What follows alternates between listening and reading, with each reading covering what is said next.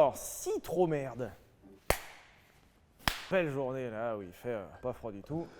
Non, ça, on est en plein été là. Et bah du coup on peut donner les actualités. D'habitude on est toujours 6 mois en avance, donc on n'est jamais dans les actus. Vous aurez peut-être remarqué que YouTube maintenant censure les insultes. Par exemple, si je dis en fils de gros bâtard, si je dis ces mots-là par exemple. Ouais. Bah là, normalement, vous avez entendu... Du morse. Voilà, oui. Donc, nos vidéos seront maintenant sous-titrées en morse Oui. Et en audio description aussi, c'est important. L'audio description, ça va être... En vrai, c'est compliqué. Vous ne devez pas savoir vous comment ça fonctionne, mais vraiment, on publie la vidéo toujours un petit peu en avance pour vérifier si elle est monétisable ou pas, ce qu'il peut y avoir comme problème de strike ou non. Systématiquement, maintenant, c'est démonétisé. Donc, à chaque fois, on est en stress absolu parce qu'on doit reprendre la version, revérifier tout. Et des fois, on comprend pas et c'est quand même démonétisé. Et ils te disent pas qui bloque c'est tel mot à tel temps. Ils te disent le début de la vidéo comporte des choses qu'on veut pas. Alors, sur une vidéo de 30 minutes, le début, où est-ce que ça s'arrête? Avec tout ce qu'on raconte de merde, enfin bon, à un moment... Ça, c'était bipé par exemple. Mais Ah, oh là, rebipé. ça va demander un effort, hein. Désolé, vraiment, on va faire le max pour garder notre intégrité et continuer à être nos personnes. Hein. Et puis il faut pas nous dire que c'est que pour l'argent. Hein. Si tu sors des règles de YouTube, YouTube ne te met plus en avant. Et en l'occurrence, c'est la chaîne en entier qui est pénalisée. Genre vous aurez plus les notifs. Alors déjà que les notifs c'est aléatoire, vous les aurez vraiment plus du tout. Nous du coup ce sera plus vu. C'est dommage parce qu'on fait des vidéos et ce serait bien que les gens les voient parce que c'est intéressant. Donc sur relou. Puis c'est un peu notre job. Comme en classe par exemple. Un avertissement, deux avertissements, trois avertissements, ciao. C'est ciao. Mais c'est ciao par contre tu es viré du lycée. Et le lycée c'est YouTube et c'est notre métier. Et le proviseur nous aime pas trop parce qu'on a un peu les deux cancres du fond de la classe. En plus, il y a un deuxième truc. Maintenant, YouTube modère aussi certaines parties de l'histoire. Dans le Vultec Citroën, ça va. Quand on parlera de Porsche, Ça ira moins. tu sais, les canards bien habillés là, ceux qui claquaient des pattes. Oui. Clac. Oh la vache. Alors, André Citroën. Ah bah c'est bipé ça. Oui, par exemple. Ouais.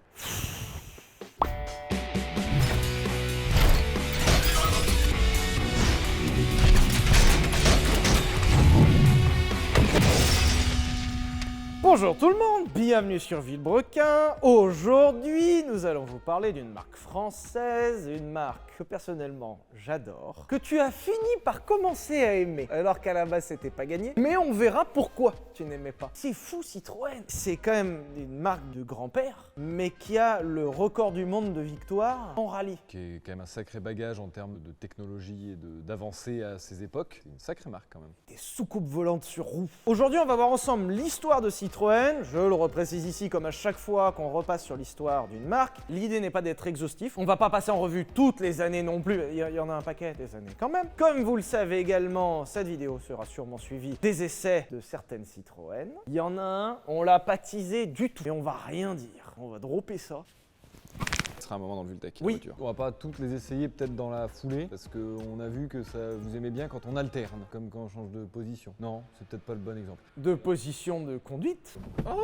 Et notre bon vieux André Citroën. Alors, Qu'est-ce qui devient? qu'est-ce qu'il nous raconte? Avant de vous parler de l'entreprise Citroën, il faut que je vous présente d'abord un monsieur, André Citroën, qui en 1901 crée l'entreprise Citroën qui ne fait pas du tout des voitures. Pour vous resituer, André Citroën est en réalité un industriel français. Le mec, son truc, c'est pas vraiment de faire des bagnoles. Son truc, c'est de faire des trucs industriels. C'était bien ça, hein? C'est précis en tout cas. C'était super. En réalité, André Citroën avait des origines polonaises, de par sa famille. Et André Citroën ira souvent en Pologne et va trouver un truc incroyable. Quand on revient à la fin des années 1800 dans les entreprises, la plupart du temps, les usines, c'était pas ce qu'on voit aujourd'hui. Alors j'ai adoré. Aujourd'hui, il y a des normes de sécurité de partout. Souvent, les usines avant, quand il fallait faire des travaux, il fallait transmettre de la force. Ça se faisait souvent, par exemple, avec des courroies en cuir. Alors, il y a des usines avec des grandes courroies en cuir, hein. Ça vient directement de la vachette, hein. C'était sur le dos de Marguerite il y a 3 semaines. Hein. Il y a des usines entières avec des courroies gigantesques qui passent des forces gigantesques et des gens au milieu. Et en fait, le truc, c'est que souvent, les courroies, elles pétaient.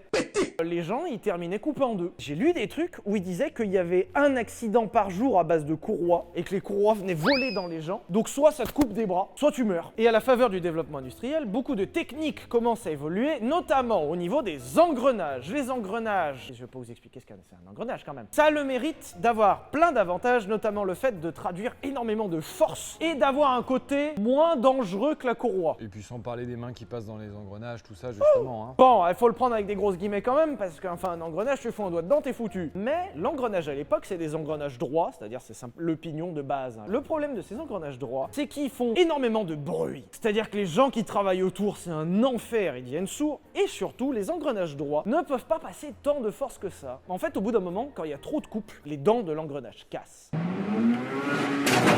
on se retrouve vite limité par cette technologie. André Citroën, qui était un industriel de génie, son truc à lui, c'était de voir tout ce qui était susceptible de marcher le mieux et d'investir à la mort pour être le premier dessus. Et vous allez voir que ça lui a servi. Il va en Pologne et il voit dans une usine un engrenage bien particulier, le chevron. Et cette technologie apporte plein d'avantages. Déjà, c'est beaucoup plus silencieux que les engrenages droits.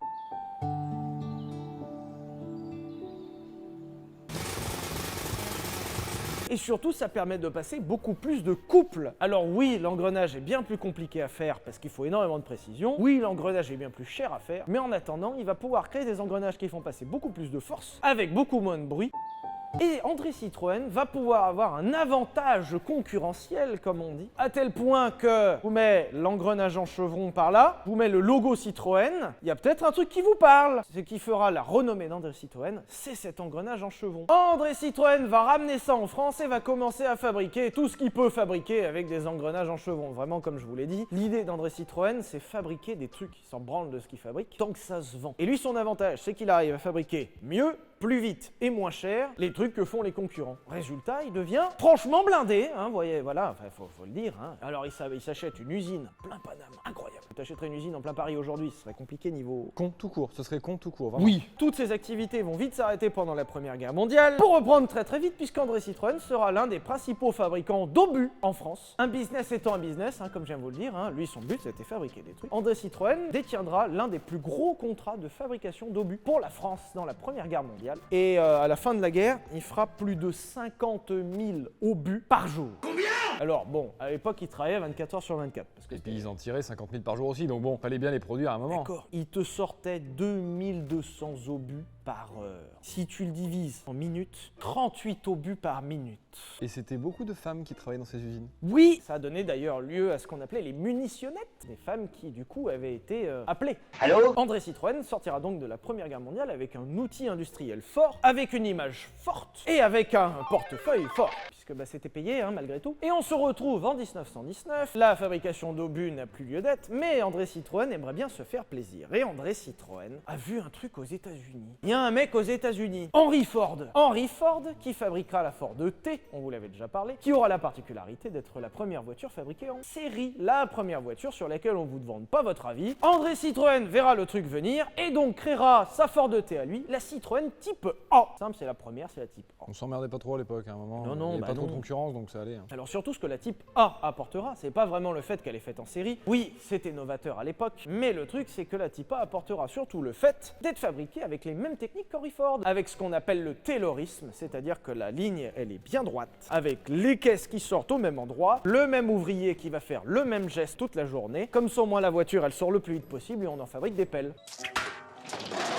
Et le pire, c'est que ça marche. Hein. Ça rendait les gens qui travaillaient sur les lignes complètement zinzin. À l'époque, c'était pas 8 heures. Hein. Les 35 heures, à l'époque, ça n'existait pas. Hein. À l'époque, ça devait être 60 heures par semaine et encore, t'es gentil. Et finalement, cette Citroën Type A sera la réponse à la Ford T et sera, d'une certaine façon, plus ou moins la seule alternative européenne à la Ford T. Il faut à dire, mais on a eu notre Ford T à nous. Vendu à beaucoup moins d'exemplaires que la Ford T, mais c'est pas grave, on l'a fait. Dans le même temps, André Citroën va s'atteler à deux choses. Son entreprise marche très très bien, et ce qui lui manque, c'est la fame. Et André Citroën se trouvera à être finalement, au début des années 1900, l'un des premiers communicants. À l'époque, faire de la communication pour son entreprise, c'est pas si répandu. Certains le font, mais en automobile, c'est nouveau. Là où André Citroën va mettre quelque chose de totalement nouveau, quand je vous dis que c'est un visionnaire, André Citroën va vendre plus qu'un produit, il va vendre un nom.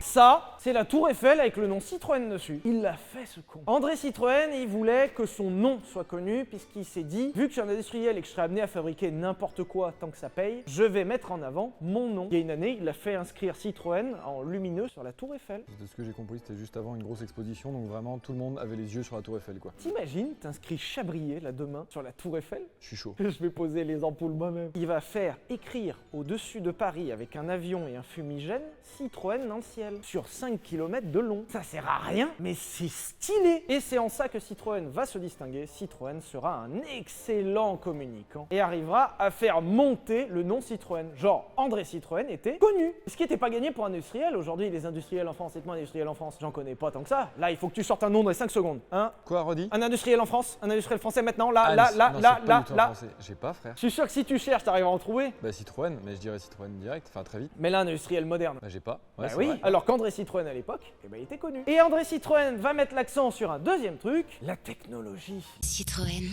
créative technologie. L'avance, l'avant-garde. Et oui, André Citroën a compris que la Citroën Type A qu'il a sortie là, bon c'est chouette, mais c'est déjà une repompée de la Ford T et on n'est pas sur une voiture extrêmement moderne. Ça tient plus de la calèche à moteur qu'une vraie voiture. André Citroën aimerait bien mettre en avant des nouvelles technologies, aimerait bien frapper un grand coup.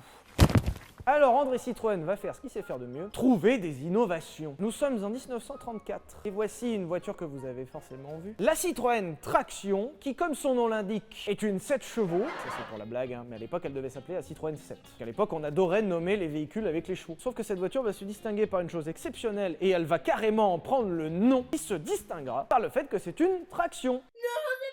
D'ailleurs, pour l'anecdote, au début, elle avait été appelée traction avant, qui est un pléonasme. C'est un truc qui perdure encore aujourd'hui. Souvent, les gens disent c'est une traction avant. Propulsion arrière, ça se dit pas trop. J'ai déjà entendu traction arrière par contre. Du coup, c'est plus un pléonasme, c'est une connerie. Nous sommes en 1934. C'est le tout début de la voiture thermique. En 1934, ils sortent par exemple la Ford 34, qui apportait le V8.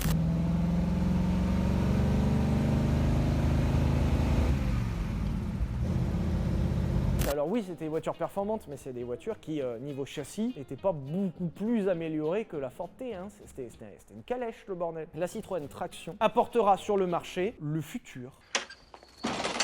Faut vraiment se représenter l'époque. À l'époque, toutes les voitures étaient propulsion, parce que c'était le plus simple. Tu mets un moteur, tu mets un arbre de transmission et t'as les roues arrière qui poussent. Aujourd'hui, ça se fait encore, notamment pour les voitures de forte puissance, puisque c'est plus ou moins le seul moyen avec les 4 roues motrices de passer de la grosse puissance de façon confortable. Parce que quand t'as une traction, après t'as les roues avant qui patinent, t'as le volant qui...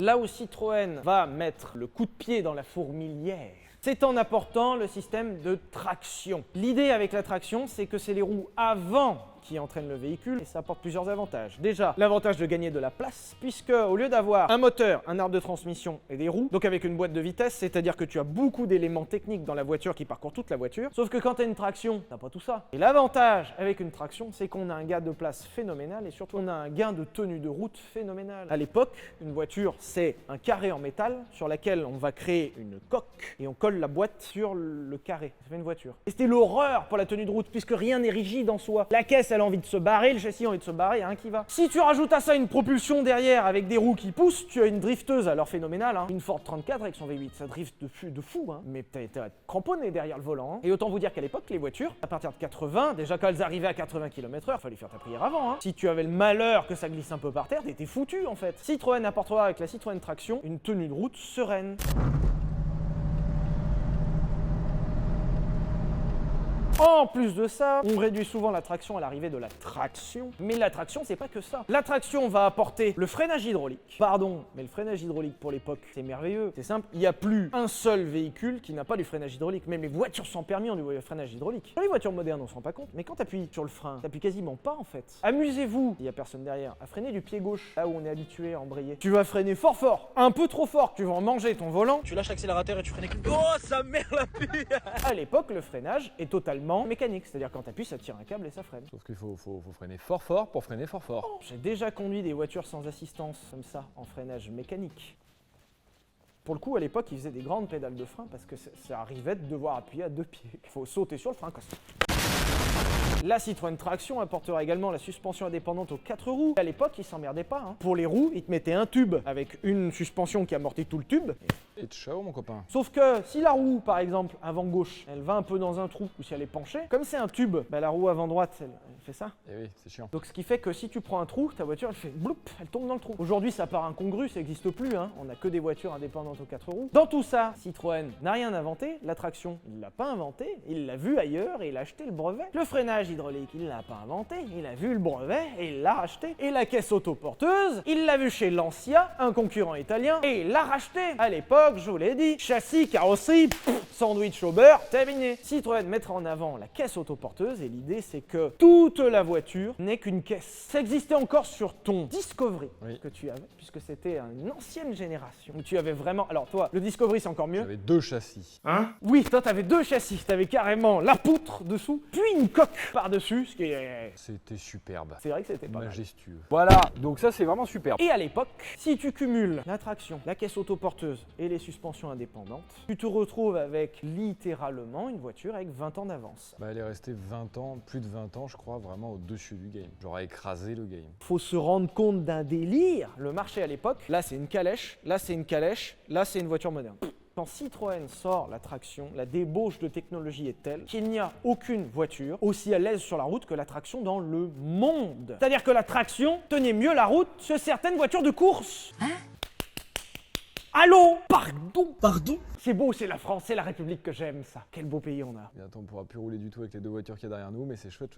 Allez, bon, traction, tout ça, en même temps, maman, monsieur Citroën, il a un boulard du futur parce qu'il veut absolument peser dans le game de l'industrie. Le mec qui met son nom sur la tour Eiffel en lettres lumineuses, boulard. La traction a beau être une voiture exceptionnelle, a beau être une voiture qui a ruiné le game et qui fera une renommée mondiale de Citroën, hein. Le problème, c'est que André Citroën va peut-être un peu vite en besogne et lorsque la voiture sort en 34, la voiture n'est pas au point. Le système de traction n'est pas au point, c'est-à-dire que ça marche bien 2 semaines et après il y a tout qui pète. La voiture n'est pas fiable, la voiture est extrêmement chère et la voiture commence à se faire une mauvaise renommée, que c'est bien gentil de me sortir une Formule 1 sur la route. Si personne ne l'achète et si la voiture fait 500 km avant de mourir, ça sert à rien. Et le pire c'est que c'est vrai. Il est arrivé un truc pas loin après, hein, 1 an et demi après, Citroën est en faillite. Non de Dieu.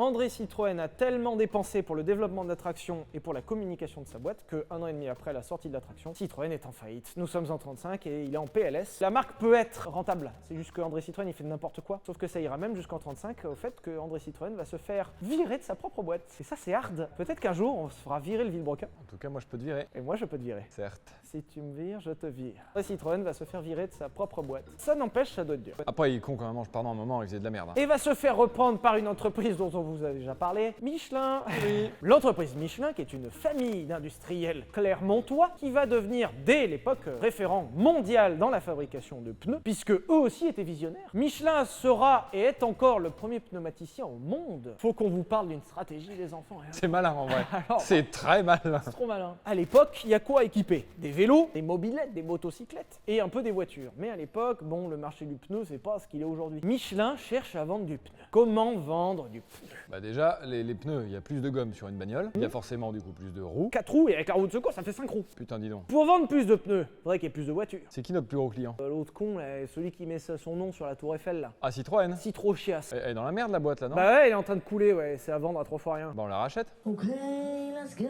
Et oui, Michelin, ils se disent, dis donc, Citroën, ils sont en train de couler, on peut le racheter à pas cher. Ils ont des usines qu'on pourra toujours trouver le moyen de faire des pneus avec. Au pire, on rachète des usines. Il a un nom, parce que Citroën, ça marchait très très bien, c'est d'ailleurs pour ça qu'ils ont gardé le nom. Ils ont des technologies phénoménales, il vient de sortir la traction. C'est incroyable que la boîte elle coule en sortant une caisse comme ça. Et voici qu'en 35, Michelin reprend Citroën et a différents objectifs, avec l'objectif de fond, de faire des voitures pour vendre du pneu. Et la stratégie est incroyable, c'est exceptionnel. Bon, par contre, ça allait peut-être pas être avec la traction. Donc il fallait mettre une nouvelle stratégie en place. Donc tout concorde au fait de faire une voiture de masse. Et cette voiture de masse sera le projet 2 chevaux, on retourne dans les chiffres cette fois-ci, emblème de la France. Je pense que quand tu la démarres, la 2 chevaux, il y a la Marseillaise dans l'autoradio. Il n'y a pas d'autoradio. Et elle sent le saucisson. Le bon saucisson comme on l'aime chez nous. Alors on a essayé la Méhari sur la chaîne, qui est l'un des essais qui a fait le moins de vues. Et pourtant c'est l'un des essais où on a le plus rigolé. J'adore rire. Ouais, et on a enculé la bagnole. Alors anecdote. Essayer une Méhari en plein hiver, c'est pas malin. Oh, c'est marrant de tester une Méhari en plein hiver. Bravo Pierre pour cette idée. Il faisait moins 5. C'était un enfer d'essayer de Méhari. La Méhari sortait d'entretien, pour l'anecdote. Ils ont tout refait. Elle était neuve. Et ils ont fait une vidange. Donc ils ont vidangé l'huile. Bah normalement, quand tu fais une vidange, après t'en remets de l'huile. Ah oui, quand tu l'enlèves, faut la remettre. Oui, ils ont eu un petit oubli, voilà. Donc il est pas impossible qu'à un moment dans une montée, Le mécano a oublié de remettre de l'huile dans la Méhari qu'on a essayé. en montée elle souffrait beaucoup. Ah, ça claque bien, hein. On était pleine charge. Waouh, sans refroidissement, parce que en pleine charge en Méhari, t'es à 40, quoi. Ça chauffait. C'était toi qui conduisais, tu me dis, putain, je comprends pas, là. Plus de puissance, je peux plus mettre la 4, parce que quand je mets la 4, elle avance plus la voiture, je vais mettre la 3. 2 bornes plus tard, il me fait, putain, je suis pied dedans en fond de 3, la voiture n'avance plus, je vais mettre la 2. Et en fait, elle a vraiment fait. Elle est morte entre mes mains, putain. Là où on est mort, les gens pouvaient pas dépasser le bouchon qu'on a. Ah, c'était sympa. Non, vraiment, cette vidéo vaut le détour. Allez la voir en vrai. Du coup, on est actuellement en panne avec le plus gros bouchon d'Île-de-France. Hein. Merci beaucoup, hein, surtout. Hein. Michelin va faire deux trucs. Déjà, va assainir un peu les finances de Citroën en arrêtant de claquer de l'argent partout. Mais surtout, Michelin va mettre en branle avec son argent le nouveau projet de chevaux qui ne verra le jour qu'après la Seconde Guerre mondiale. L'idée, c'était de faire un véhicule le plus simple possible pour motoriser la France en masse. Citroën avait déjà vu ça en Italie, en Allemagne. L'idée, c'était de fabriquer un petit véhicule pas cher qui permette à tout le monde de se déplacer. La seule chose que vous devez retenir, c'est que la 2 chevaux est présentée en 1939. Mauvaise année, 1939, puisqu'il y a autre chose qui arrive, hein. Oh la vache. Le projet de chevaux est avorté pour un temps. Citroën fera donc des activités industrielles pendant la guerre et toutes les activités de Citroën seront arrêtées, si ce n'est l'entretien et la création de traction, puisque cette voiture, vous l'avez forcément vu, la traction noire. T'as vu, j'adoucis parce que YouTube, hein. Mais la traction noire, vous l'avez forcément vu genre dans la Grande Vadrouille, c'est la voiture des méchants. Hein. Et puis dans la traction, ce qui est bien, c'est que t'avais la place pour les képis. Allez. Citroën Traction qui continuera après la guerre et qui recevra même un 6 cylindres en ligne. Et la traction V8 qui ne restera qu'à l'état de prototype et qui ne verra jamais le jour, d'autant plus à la fin de la Seconde Guerre mondiale, la France est ravagée, il faut un modèle de masse. Quoi de mieux que ce projet de chevaux qu'ils avaient en stock pour remotoriser la France juste après la guerre. Citroën sort donc la Citroën 2 chevaux, qui sera un banger absolu, hein, soyons honnêtes. Les toutes premières sont vraiment ultra cheap, c'est-à-dire il n'y a rien dedans. Alors c'est quand même moderne, il y a quand même une suspension assez développée pour l'époque, tu as un espèce de ressort dans un tube qui est sur le long de la voiture, et la voiture elle s'amortit aussi dans ce sens-là, s'amortit comme ça, comme ça. Il y a pas mal de trucs assez modernes, et encore aujourd'hui, d'ailleurs on l'avait conduit avec la Méhari, c'est une voiture qui est pas si difficile à conduire. Et les toutes premières se valaient vraiment très accessibles. Pour faire en sorte que tout le monde puisse les acheter, les essuie-glaces sont souvent actionnés par un moteur électrique. Tu actives et ça fait... Pour gagner de l'argent, c'était un actionnement mécanique. L'actionnement mécanique se fait via le moteur quelque part, sauf que ton moteur il tourne plus ou moins vite. Ce qui fait que les essuie-glaces sont asservis à la vitesse de la voiture. J'écoute. Ce qui fait que plus tu vas vite, plus les essuie-glaces tournent vite. J'écoute. Ce qui fait que quand t'es genre dans les bouchons, dans les premières de chevaux avec les essuie-glaces asservis à la vitesse, bah t'as pas d'essuie-glaces. Et du coup ils font... Tu avais une jauge à essence mécanique à aller voir derrière. C'est comme ta cuve de fuel. Alors fallait sortir et regarder le niveau en disant ouais, il me reste encore, c'est bon. Incroyable. 49, Citroën présente la 2 chevaux qui va devenir un banger absolu que vous connaissez avec des millions d'exemplaires tirés. Et ce qui va remettre tout de suite Citroën à flot et le remettre sur ses vieux démons. Citroën veut revenir à ses premiers amours. Et les premiers amours, c'est quoi? C'est la technologie, c'est le fleuron, c'est la nouveauté, l'imbattable, l'exceptionnel, l'excellent, la France. Et en 55, Citroën va le refaire. Ils vont retomber dans la potion comme quand ils étaient petits. Voici la Citroën DS. Citroën se dit tiens, il y a 20 ans on a ruiné le game, ça serait pas mal de répéter le game. Donc elle reprend toutes les bonnes idées de la Citroën Traction, avec la traction avant, avec la transmission à l'avant, avec la suspension indépendante, avec le système hydraulique. Mais là on passe le step au-dessus. La Citroën DS va être le cœur d'innovation exceptionnelle pour l'époque. Frein à disque à l'avant. Pour l'époque, les freins à disque, la dernière fois qu'on les a vus, c'était en compétition chez Jaguar. D'accord. À l'heure actuelle, il y a encore des bagnoles qui ont des freins à disque à l'avant. Il y a des voitures qui ont des tambours à l'arrière. Et à l'époque, c'était déjà le cas sur une DS. C'est incroyable. La Citroën DS va voir arriver le frein à disque, qui est ni plus ni moins une technologie de course. Jaguar l'a testé quelques années avant, aux 24 heures du Mans, point. La Citroën DS verra apparaître des innovations exceptionnelles avec la direction assistée, encore une fois, aujourd'hui ça paraît assez normal, mais à l'époque avoir la direction assistée c'est incroyable de te dire que t'as pas besoin des deux mains pour tourner le volant. La Citroën DS verra arriver les phares directionnels, alors quand tu tournes ça braque les phares pour tu vois où ça va. Et surtout la Citroën DS verra arriver la suspension hydro-pneumatique. Bam! Et la suspension hydropneumatique apporte plein d'avantages. Un amortissement extrêmement doux. La Xantia que j'avais était exceptionnelle en termes de douceur. Et en plus, c'est pas du mou. Genre, le problème de ces systèmes métalliques là, c'est que soit tu le fais en dur, soit tu le fais en mou. L'avantage de l'hydropneumatique, c'est que c'est du mou maîtrisé. C'est du mou qui fait plop. Comme ça revient pas que sur de l'air, que sur du métal, ça absorbe. Et ça, c'est génial. L'avantage de l'hydropneumatique, c'est que c'est réglable, on peut durer la dureté. C'est-à-dire que l'hydropneumatique a pu permettre l'arrivée de la suspension pilotée pour la première fois. Dès la DS, tu pouvais moduler la hauteur de caisse. Moyennant casser ta suspension une fois sur deux. Mais tu pouvais le faire, c'est pas mal. Et même anecdote incroyable, la DS pouvait rouler sur 3 roues. Quoi? La suspension hydropneumatique est tellement stable qu'il y a des images qui existent où tu enlèves une roue, la voiture roule quand même. Je trouve ça merveilleux. Et t'imagines, la suspension hydropneumatique sera tellement bien que le brevet sera vendu à Rolls et à Mercedes. Et on trouvera des Rolls avec les sphères Citroën. Et des Mercedes, notamment la 140 que j'ai. À l'arrière, j'ai une sphère. J'ai également des sphères Citroën dans cette voiture, c'est-à-dire que j'ai un système hydraulique. T'aimes tellement les emmerdes, aussi réputés pour être d'une fiabilité merveilleuse. Je comprends pas de quoi tu parles, mais du coup à l'arrière j'ai une sphère pour le maintien de la hauteur de caisse. Et ce système perdurera plus de 50 ans et en fera un système sur le papier le meilleur. On a vu sur le Dodan que c'était peut-être le pire.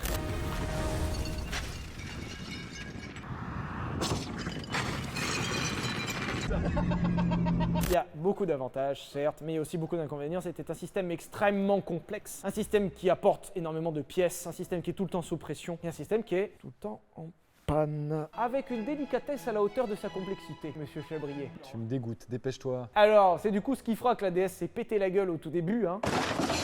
Autant vous dire que les C5 en hydractive, quand ça sortait, c'était déjà pas fiable. Autant vous dire que dans les années 50, c'était une blague, hein. À l'époque, en plus, ce système hydraulique, ils l'ont couplé à plein de choses, notamment les phares directionnels, ils marchaient en hydraulique. Ah mais ils ont vraiment voulu tout foutre. Ils se sont dit, tu sais quoi, on a un système, frérot, on le met sur tout. En même temps, les phares qui bougent, hydraulique. Direction assistée, hydraulique. Les freins. Hydraulique. Bon, alors ça, c'est une connerie. Ça c'est con. Vous aurez peut-être vu, dans la DS, c'est marrant, vous avez un champignon au milieu. Le frein, on appelle ça le champignon de frein. D'ailleurs, le feeling du frein a toujours été bizarre sur l'hydraulique, et ça, c'est normal, hein. T'as d'abord rien, et tout de suite, tout d'un coup. Donc, c'est impossible à doser. Ça l'était encore moins à l'époque. Et comme je vais vous le dire, c'est asservi à l'hydraulique, c'est-à-dire que si tu as une fuite sur l'hydraulique, t'as plus de frein. C'est parfait. C'est moins grave, mais plus de direction, enfin plus d'assistance, de Plus direction. d'assistance. Et il faudra attendre les années 90 pour qu'ils arrêtent ça. Et il y a un épisode où Clarkson, il a une vieille Maserati avec un système hydraulique, et à un moment, il appuie à plus de frein et va dans une ES.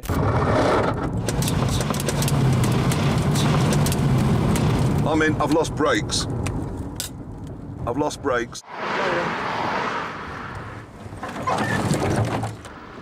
Yes. La Citroën DS, à ne pas confondre avec la Citroën ID, qui ressemble fortement, mais qui était en fait une version d'entrée de gamme de la DS et qui n'a pas toutes les options de la DS. La Citroën DS qui sera un banger absolu, puisque en plus du bon châssis de la traction, elle apportera une bonne gestion des suspensions et qui en fera littéralement la reine de la route, au point qu'elle en sortira sa meilleure pub, l'attentat du petit Clamart, le général de Gaulle qui est en déplacement dans sa Citroën DS, qui ne voulait rouler qu'en DS. Il y a un attentat, et ils l'ont criblé, hein, la DS, hein. Et le chauffeur l'a dit, il a réussi à amener le général de Gaulle à son avion, vivant, et il a dit « Je m'en suis sorti parce que j'avais une Citroën DS. » Meilleure pub. Créative technologie. Ah bah là, c'est ciao terminé. Hein. Fin du game. Encore une fois, cette voiture était juste supérieure sur la route à tout. Et les bandits n'ont pas pu suivre la voiture parce que c'était une DS et elle tenait mieux la route. Même avec des pneus crevés. Sur la fin de carrière, la DS deviendra une voiture de gitan. Alors je ne le dis pas péjorativement, mais pour le coup, la Citroën DS, comme elle a sa suspension hydropneumatique, tu peux charger plein de trucs dedans. Et donc c'était la voiture parfaite pour voyager. Et notamment, les gitans, les forains, utilisaient beaucoup des DS parce que tu pouvais les charger ras la gueule et elles continuaient de rouler en fait. Qui au final lui donnera une fin de carrière terrible. Plus personne n'en voulait. Les gens les foutaient à la casse. Il y a eu la DS 1000 pattes, on vous en avait fait un VTEC. Il y a eu des DS de vitesse qui passaient les 200 km/h. 300. Il y a eu une DS sur le lac Salé, 330 ou 320, 320. Ça fait vite, hein. En Et la DS, DS, ça commence à faire. Hein. En plus d'être une voiture extrêmement évoluée, c'était une voiture aussi extrêmement aérodynamique puisque c'était l'une des premières voitures travaillées avec l'aérodynamisme. Ce qui en faisait une voiture foncièrement rapide malgré son manque de moteur. Et on y arrive.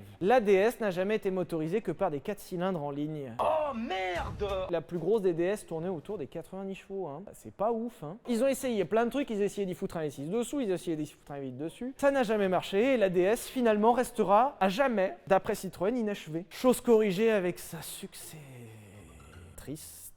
successeuse, On a compris. sa suivante, Ça, celle d'après. celle d'après. Citroën, alors je vous le dis, hein, années 60 va bien. La DS se vend bien, la 2 chevaux se vend bien. Et Citroën a des envies un peu de monter en gamme. Citroën a des envies d'achever un peu le projet de la DS. Vous pouvez prendre une chaise et vous asseoir. Citroën, dans les années 70, va racheter Maserati. Je comprends pas. C'est pas une blague. Maserati, que vous connaissez, le trident, les Italiens, le...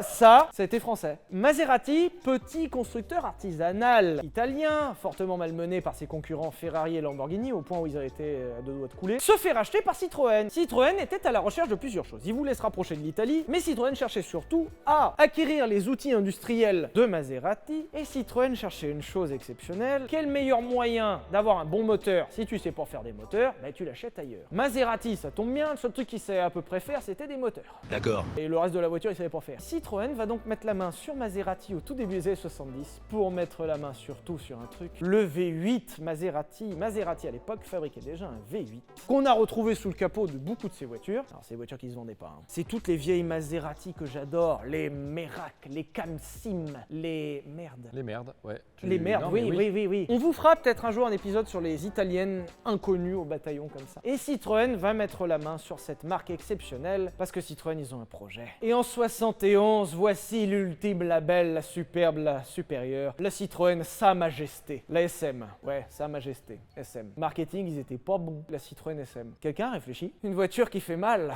Ouais, la Citroën SM, une voiture qui fait mal. Au portefeuille, elle fait mal partout, la SM. Une voiture en cuir. Il y avait beaucoup de cuir dans la SM et il y avait beaucoup de douleur dans la SM. Citroën voulait achever ce projet DS, je vous l'ai dit. Et Citroën va utiliser les compétences de Maserati pour créer à la base du V8 Maserati un V6 qui prendra la place sous le capot de sa grande SM. La SM, c'est une dingue. Oh la dinguerie! On retrouve le châssis hydropneumatique exceptionnel de la DS, mais amélioré encore avec encore plus de sphères, avec toutes les innovations. On retrouve des trucs genre la direction asservie à la vitesse. Plus tu vas vite, moins tu as besoin de braquer. Et la direction assistée bénéficie d'un régulateur centrifuge qui détermine l'effort à exercer sur le volant. C'est un truc qu'on retrouve encore aujourd'hui sous les voitures. Ça vient d'ici. Par directionnel, voiture travaillée en soufflerie pour l'aérodynamisme. Et surtout, enfin, cette voiture va corriger le principal défaut de la DS, c'est-à-dire ce V6. Et il y a vraiment une Citroën que quand tu ouvres le capot, c'est marqué Maserati sous le capot. Genre, ils sont même pas emmerdés, le V6 c'est marqué Maserati. Alors la SM fait un bruit exceptionnel.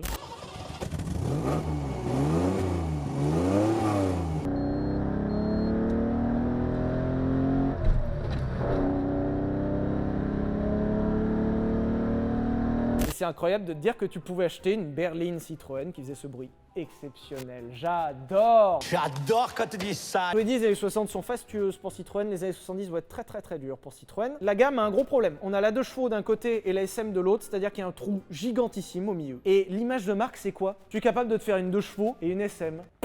Et surtout, la SM qui a concentré tant d'investissements, tant de temps et surtout tant d'argent, va être un échec. Oh non, pas ça! 1. La voiture est extrêmement technologique. La voiture est extrêmement pas fiable. À l'époque, la DS, quand elle sort, elle est pas fiable du châssis. Mais le moteur, ça va. Là, elle est pas fiable du châssis et du moteur. Pour vous dire, il y a des voitures qui, dans les 1000 premiers kilomètres, cassaient leur moteur. Alors tu te dis, c'est pas grave, je vais la ramener chez Citroën. C'est le deuxième problème. Ce qui a fait l'échec de cette voiture, c'est que le réseau Citroën n'avait absolument pas été formé pour entretenir une SM. À l'époque, ils entretenaient des DS, des 2 chevaux, des moteurs très simples. Ils voient arriver une SM qui, à l'époque, est l'équivalent technologique d'une Bugatti Veyron. Genre, tu vas chez Speedy en bas, tu leur dis, vous pouvez me faire le joint de culasse sur ma Veyron, s'il vous plaît? Ils vont certainement te répondre, va te faire foutre. Et bah, le problème, c'est que là, ils te disaient, va te faire foutre chez Citroën. Mais j'en ai trop marre, ils sont trop cons! T'as acheté chez Citroën ta SM neuve qui valait une couille, tu l'amènes chez Citroën pour la faire entretenir et les mecs ne savent pas faire. Ce qui fait qu'au bout d'un moment, Citroën ira même jusqu'à financer des transports pour faire remonter les voitures jusqu'à Paris pour pouvoir les entretenir à Paris. Tu vois le bordel? C'est un bordel! Surtout qu'il n'y a pas internet à l'époque, le téléphone c'est chiant, il y a l'annuaire. Quand t'es tout seul et que ta Citroën sur le bord de la route, elle a explosé son V6 au bout de 1000 bornes. C'est relou. Et surtout, la SM était un produit destiné à conquérir les États-Unis.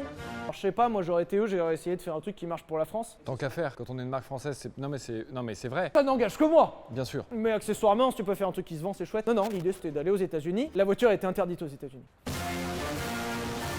Ils ont commencé à la vendre aux États-Unis, ça marche bien. Et en fait, aux États-Unis, ils ont fait bonjour. Alors, choc piéton, c'est plus possible, parce que t'as vu la vente, la SM en triangle comme ça? Non, ça passe plus. Et surtout, les États-Unis ont interdit la hauteur variable de caisse. Le fait que la voiture se baisse et se descend. Ça tombe bien, tous les matins, quand tu démarres ta SM, faut attendre qu'elle monte. C'est-à-dire, ce qui fait le cœur de la SM est interdit. Elle fait même pas 4 ans aux États-Unis. Terminé, bonsoir. On reprend le cargo, on repart. Et on se retrouve dans les mêmes travers. Finance compliquée. La 2 chevaux se vend bien, certes, mais il y a que ça. Peugeot en face, il te faisait des bungers qui se vendaient à des millions d'exemplaires, c'est gentil. Mais il faut financer le développement des SM, il faut financer le rachat de Maserati, qui avait des dettes énormes et qui avait des idées incroyables. Tu savais qu'il y avait une Maserati quattroporte, qui était une Citroën recarrossée. Ils ont développé toute une quattroporte, avec le système hydraulique, le V6, tout ça. C'est plus ou moins une SM recarrossée, mais quand même, c'est du développement. Ils en ont vendu un peu plus de 10 exemples. Ils ont épongé les dettes de Maserati, ils ont remis un pognon monstrueux pour que Maserati recoule. Sera d'ailleurs revendu à De Tomaso tout de suite après, tellement c'était la catastrophe. Tu savais qu'ils ont fait des hélicoptères? Bah autant qu'à faire, on a du pognon, autant le claquer, hein. Alors bah le boulard est revenu, hein. Finalement André Citroën n'était pas le seul, hein. Il s'avère que dans le même temps, en plus de faire des conneries, Citroën s'engage dans l'aventure du rotatif. Oh non! Je suis désolé au monteur, ça dure une éternité. Citroën, dans son esprit d'innovation, s'est dit tiens, il y a une super technologie de moteur qui n'est pas encore très répandue et qui sera certainement le moteur de demain. Voici le moteur Wankel, autrement appelé moteur rotatif, qui est un moteur thermique à piston, mais totalement différent du moteur qu'on connaît. Et sur le papier, ce moteur est exceptionnel. Sauf que le moteur rotatif à l'époque n'est pas au point pour plein de choses, mais il y a un argument qui fait que c'est tout sauvé. Oui, mais le moteur à piston, comme on a là, il est au point parce que ça fait quasiment 100 ans qu'on bosse dessus. Si ça faisait quasiment 100 ans qu'on bossait sur le rotatif, il serait au moins au point pareil. Donc faut juste mettre de l'argent. Mais si personne n'a mis de thune dedans, c'est peut-être pour une raison. Et oui. Mais Citroën va croire dur comme fer dans le moteur rotatif et va investir des milliards. Ça ira jusqu'à faire des voitures, puisqu'il y a eu par exemple la GS Birotor, et on aura même eu un hélicoptère à moteur rotatif. Alors ça c'est incroyable. Faire un hélicoptère avec un moteur extrêmement léger, banger, ça va être incroyable. Citroën a commencé à développer des hélicoptères. Ça c'est ma fusée, enculé de ta mère. D'ailleurs il est visible à Aulnay-sous-Bois, au conservatoire Citroën. Il existe encore et ils essayaient de le redémarrer la dernière fois qu'on y était. Apparemment c'était compliqué. Étonnant. Et autant vous dire que le moteur rotatif dans une voiture n'est déjà pas fiable. J'ai bien envie de prendre 2000 mètres d'altitude avec mon hélicoptère pas fiable, on sait jamais. Il y a peut-être moyen de se marrer. Le moteur rotatif sera un fiasco avec ses nombreux problèmes de consommation, de pollution, de fiabilité, plus Maserati. Vous ajoutez tous ces problèmes-là, vous les mettez dans une grande tambouille et un choc pétrolier par-dessus. C'est suffisant. Et on obtient Citroën en faillite pour la deuxième fois de son histoire. À la boulette. Alors c'est grave et pas grave, vous le verrez, que toutes les marques sont passées par une case faillite. Ce qui fait que Citroën est à reprendre avec son outil industriel, et on se retrouve avec un Fiat qui avait été approché déjà par le passé, et qui se pointe et qui fait dis donc, j'ai peut-être moyen de prendre des belles usines en France, de me prendre un beau réseau de distribution, puisque quand tu rachètes Citroën, tu rachètes toutes les concessions Citroën. Et tu te dis, il y a peut-être moyen que je me fasse kiffer la nouille. Fiat qui avait déjà plus ou moins absorbé tout ce qui roulait en Italie. On vous fera un Vultec un jour sur Fiat. On l'appelle pas le géant de Turin pour rien, c'est-à-dire que Fiat, ils ont fait... Moi je vois Agario quand je vois Fiat. Oui, Et tu gagnes Agario. ils sont arrivés, ils ont fait buongiorno. Je viens de ruiner toute l'Italie en fait, toute l'Italie est à moi. Je me dis que peut-être que toute la France va être à moi. On dit qu'on fait comme ça. Vous la fait rapide. Si Citroën coule, c'est un désastre pour l'automobile française, puisque ça va mettre des milliers de gens sur la paille et c'est un pan de l'histoire française qui meurt. Si Citroën est racheté par Fiat, ils vont tout racheter Fiat. Fiat c'était le grand méchant loup à l'époque. S'ils arrivent, ils vont buter tout le monde. C'est-à-dire que Renault et Peugeot au passage, en tout cas c'est la peur que tout le monde avait. Et ils avaient peur que l'État nationalise. L'État avait déjà nationalisé Renault, et on vous fera aussi un Vultec sur Renault un jour. Donc Citroën a extrêmement peur de se faire nationaliser. Alors nationaliser, c'est pas si grave, c'est juste que ça devient un peu plus raide, c'est-à-dire que ça tient un peu les coups et c'est moins le fun. Et puis quand tu leur dis j'aimerais bien faire un hélicoptère à moteur rotatif et une voiture à V6, c'est non, on va faire un truc qui se vend s'il te plaît. Ce qui fait que tout le monde a peur, et le gouvernement français ira jusqu'à motiver fortement Peugeot, qui était alors un constructeur indépendant, seul dans son coin. Par motiver fortement, t'entends que De Gaulle a mis un veto carrément au rachat de Fiat? Peut-être. Ok, c'est juste là, il y a eu un Fiat. Non, Peugeot, vous vous démerdez. Je veux que ça marche. Merci. On peut le voir des deux côtés. Oui, le De Gaulle a dit non. Je pense qu'il te mettait des tapes dans l'épaule, Oui. De Gaulle, et tu devais t'enfoncer un peu. L'État français s'est dit il est impossible que Citroën meure ou soit racheté par des étrangers. Quelle catastrophe ce serait. Alors c'était surtout la peur que Fiat absorbe tout. Il y a De Gaulle qui a proposé de faire des prêts à zéro. L'État qui prête à zéro, c'est pas souvent. Et surtout, quand on le regarde bien du côté de Peugeot, c'était pas forcément un mauvais move, puisque ça leur permettait de reprendre beaucoup d'outils industriels, un grand réseau, et surtout de se protéger de Renault et de devenir le premier constructeur français. Peugeot va donc se signaler pour racheter Citroën. Et en 76, Peugeot aura racheté de Michelin Citroën. Michelin qui en avait... Alors Michelin c'est simple, ils en avaient ras le fiac de Citroën, ils en avaient plein le cul. Ils sont arrivés, ils ont viré André Citroën en disant eh oh, le boulard ça dégage. Ils laissent faire trop pour rien, 20 ans. Ils reviennent, il y a une Maserati SM et il y a un hélicoptère rotatif dans le hall. Michelin vend ça à Peugeot, et Peugeot va arriver à redresser de façon vraiment spectaculaire. Le redressement, il était pas compliqué, Ils ont fait des voitures qui marchent. Bah du coup, pas fun, mais qui marche. J'ai l'impression que faire une marque qui marche, c'est pas compliqué, il faut juste arrêter de faire de la merde, Après, je suis en train de dire ça, mais c'est vrai qu'on arrive en 79. Peugeot, qui était alors dans une époque assez fastueuse pour eux, les années 70 se sont bien passés. Autant Citroën, ils ont pris la claque, autant Peugeot, ça allait très bien. Peugeot se retrouve un peu dans la merde. Déjà, racheter Citroën, c'est cher, Et surtout, Peugeot s'était mis dans un bourbier avec Chrysler Europe. Ça va plus ou moins les mettre dans la merde. Et en 79, Peugeot Citroën se retrouve en faillite. Non, de quel bordel de merde. C'est incroyable. Ça doit être stressant d'avoir une Ça marque doit être automobile. stressant, ouais. Peugeot et Citroën ont chacun un modèle pour sortir de la merde. J'exagère zéro, Du côté de Peugeot, ça sera la 205, et du côté de Citroën, ce shot sera la Citroën BX. C'était spécial, donc les gens ils disaient oh moi je roule un peu spécial, ça devait être pas cher du tout à l'époque. Et du coup en fait t'avais quand même une voiture qui fonctionne, pas cher. Non mais d'accord, mais t'as vu le tableau de bord? T'as vu la gerbe? Waouh, le Gerbotron 6000, le bordel! La BX qui deviendra la familiale populaire, mais en gardant les spécificités Citroën. Donc elle a les sphères hydrauliques, ce qui lui donne un côté Gerbotron tronc terrible, mais surtout la BX deviendra en fait une voiture accessible et confortable pour tout à chacun avec un look très sympa. La BX sera un succès absolu et va remettre Citroën sur le droit chemin, en plus d'étoffer la gamme en partenariat avec Peugeot. C'est ainsi qu'on commencera à voir arriver des modèles plus ou moins d'origine Peugeot, par exemple la LN, qui est une infâme merde. Et Citroën va tellement être dans le feu que Citroën va faire un truc que personne n'attendait, s'engager en rallye. Mais c'est fou! Alors je trouve ça incroyable. Il y a 3 ans, t'étais par terre la gueule ouverte dans un caniveau. Peut-être que ça te marque, non? Non, là tu te dis je vais faire un marathon mon copain. Je vais faire du groupe B. Peugeot se relève de façon superbe avec sa 205, le cash afflue chez PSA et ils se disent on a déjà des gens qui bossent pour le sport chez Peugeot, on va faire du sport chez Citroën. Et c'est comme ça que Citroën, qui est une marque de vieux, la BX se retrouve à faire du groupe B. C'est comme ça qu'on verra apparaître la BX 4 TC. Ça s'appelle une BX, ça n'a rien à voir avec une BX. Ce qui est incroyable, c'est qu'il y a un porte-à-faux à l'avant qui est exceptionnel. Genre ils ont augmenté le porte-à-faux à l'avant. Ils ont un peu merdé sur le moteur parce qu'en fait au début ils avaient prévu un moteur plus petit mais ça marchait pas. Bref, ils ont pris un moteur turbo qui venait de chez Chrysler, puisque le groupe Chrysler était dans le groupe PSA. Ils ont pris un moteur Chrysler qui était trop gros. Mais vous êtes complètement con! Ils se sont dit merde, on a une BX mais le moteur il rentre plus. Qu'est-ce qu'ils ont fait? Ils ont allongé l'avant, ce qui ne se fait jamais. Et c'est pour ça qu'elle était pas du tout performante parce que le moteur il est devant, genre sur les roues avant, ce qui est nul. Son meilleur score c'est 6ème dans toute sa carrière. Ils se sont rattrapés après. On a eu Citroën en groupe B. C'est pas mal, c'est sûr, ça.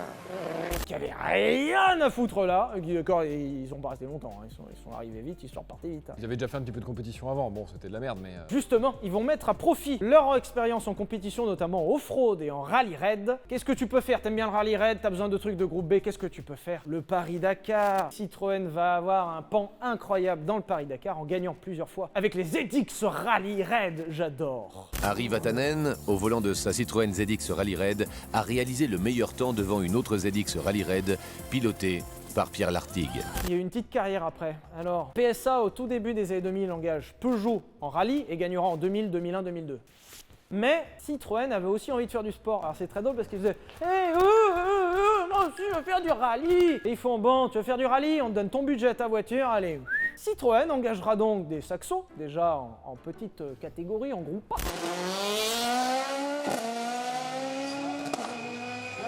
Avec un pilote, Sébastien Loub. Et il ira engager dans la même mouvance que la 306 Maxi, quand vous a présenté. C'est incroyable, on peut tout dire qu'on a présenté.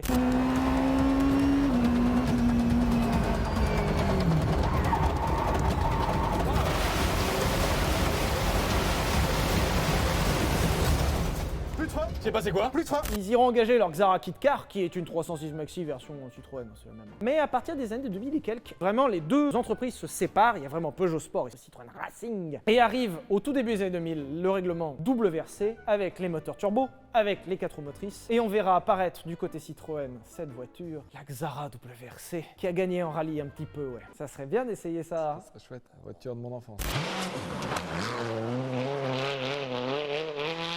Peugeot avait déjà gagné 2000, 2001, 2002. Citroën va battre Peugeot. La principale concurrence de Peugeot, c'est Citroën qui est dans le même groupe. Et qui fait du rallye avec le budget de Peugeot. Après, ils ont eu vachement plus de nez que Peugeot, en l'occurrence, pour les pilotes. Notamment Sébastien Loeb, et oui, alors la voiture était exceptionnelle, mais le pilote l'était tout autant. Et ce qui fera 9 fois champion du monde, que sur Citroën. Et d'ailleurs, pour l'anecdote, très drôle, Citroën reste encore aujourd'hui à ce jour le seul constructeur automobile qui a remporté 4 championnats du monde de la FIA. Rallye, rallycross.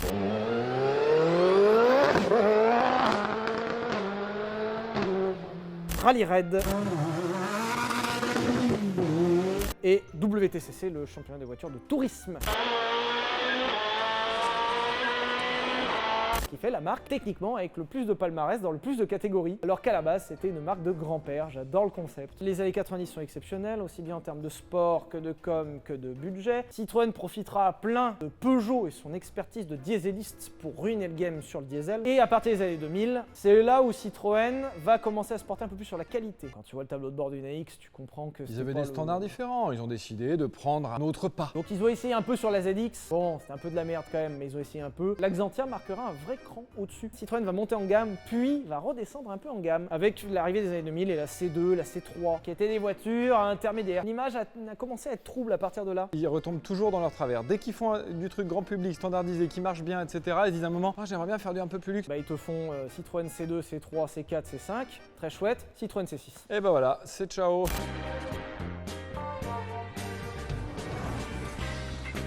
Monsieur Sean Connery, vous avez changé?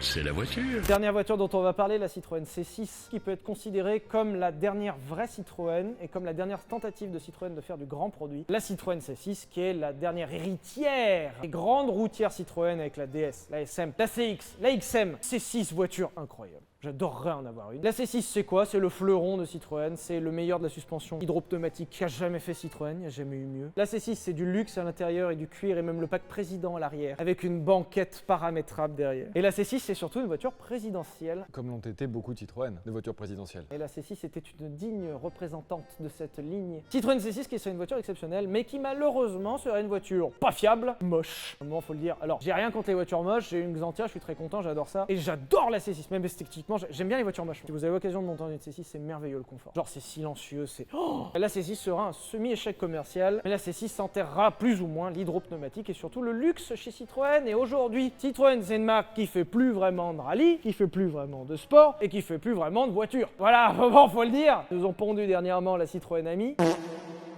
Mais aujourd'hui, Citroën se perd un peu, dans le sens où ils aimeraient bien remettre une révolution et essayer de non pas être un constructeur de voitures, mais un constructeur de mobilité. Et donc évidemment, maintenant on dissocie DS quand même. C'est vrai, même si on ne va pas très loin avec la Ami, Citroën a aussi distingué la gamme DS pour continuer à faire du haut de gamme. Et donc le DS se veut même plus quali que Peugeot. Pour être honnête, le DS7, l'intérieur est très joli, c'est confort, une motorisation c'est abominable, ça par contre va falloir faire un truc. La gamme Citroën...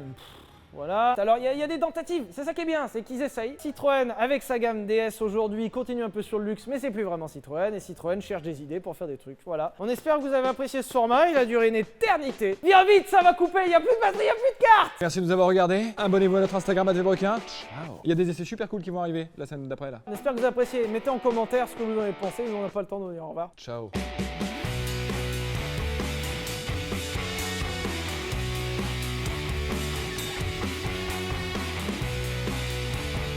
On a un beau pays n'empêche. On a des beaux paysages. Ah moi j'aime beaucoup hein, la France. C'est pas un de problème, super hein. pays la France. C'est le pays des libertés. Par exemple le droit d'aller te faire foutre avec les retraites. Tiens. Ça c'est chouette ouais. Ça c'est t'as le droit d'aller te faire mettre. Ça c'est beau.